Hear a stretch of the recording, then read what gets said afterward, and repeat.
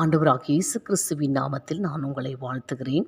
வெளிப்படுத்தல் எழுதின புஸ்தகம் 3ஆம் அதிகாரம் 8வது வசனம் சொல்லுகிறது போல, ஆண்டவர் நமக்கு முன்பதாக ஒரு ஆசீர்வாதத்தின் வாசலை திறந்து வைத்திருக்கிறார்.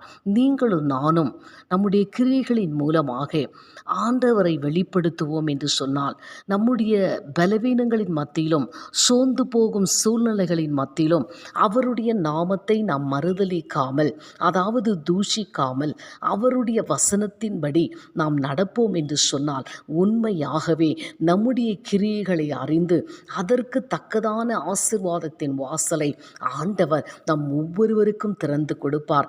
நீங்களும் நானும் அந்த ஆசீர்வாதத்தின் வாசல்களை பெற்றுக்கொள்ள ஆவல் உள்ளவர்களாயிருக்க வேண்டும். இதோ உங்களுக்கு அப்படிப்பட்ட ஆசீர்வாதம் வேண்டும் என்று சொன்னால், ஆண்டவருடைய வசனத்தின்படி நடந்து அவரை மறுதலிக்காமல் எந்த சூழ்நிலையிலும் உங்களுடைய கிரியைகளின் மூலமாக தேவனுடைய நாமத்தை உயர்த்துங்கள். ஆசீர்வதிக்கப்படுவீர்கள். God bless you.